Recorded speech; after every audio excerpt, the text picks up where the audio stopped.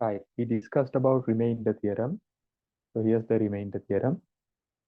Now let's apply this remainder theorem for a problem. So if a polynomial f of x is divided by x minus c, then the remainder is f of c. That's the idea. Sometimes remainder can equals to 0. Then x minus c is a factor. Right. Let's focus on the problem. Here's the problem.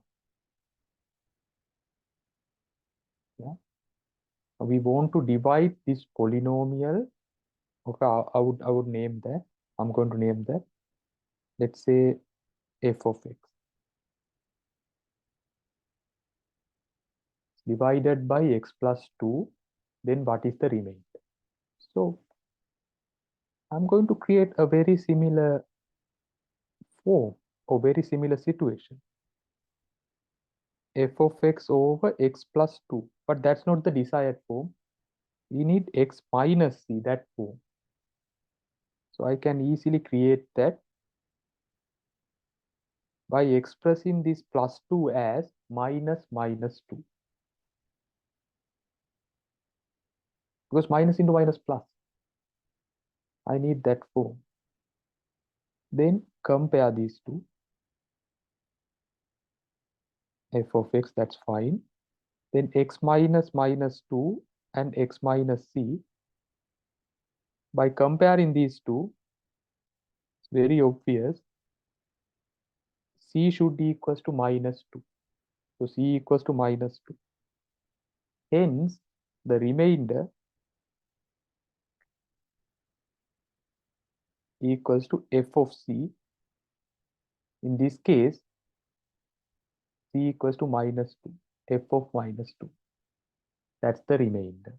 So that's what we need. Then what's f of x? This is f of x. That's the function. In other words, now this f of minus 2 means if I draw that function, just a random curve, don't need to go the exact curve, right? F of minus 2, that's the function value. That's the height between the x-axis and the curve when x equals to minus 2. So x equals minus 2 somewhere here. Then that height. Here's the height. Basically, we need that height. That height is the remainder. So this is f of minus 2. Don't need to draw these graphs. I'm just trying to explain the concept. So remainder equals to f of minus 2. But here we have f of x. Right?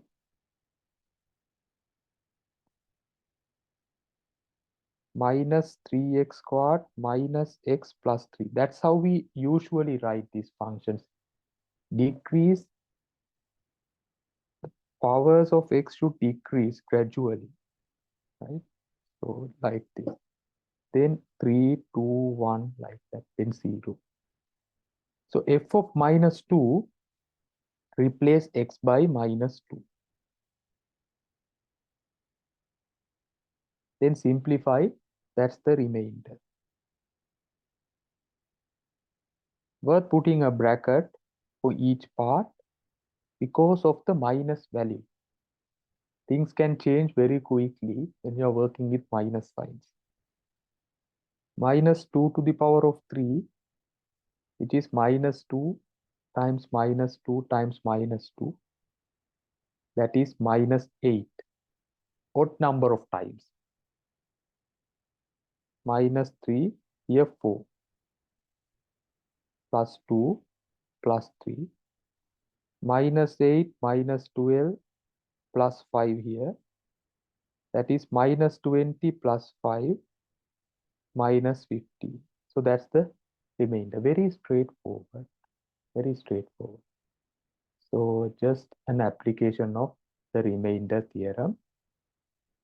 So create that form and also think about a question like this. What will happen if we divide this by something like this 2x plus 1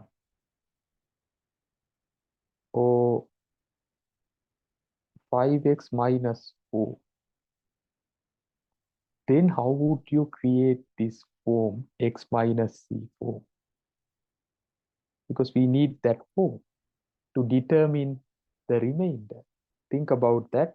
I'll explain that in a different class, different session. R equals f of c. That's the idea. But the application part, quite interesting. You can try that. Thank you very much.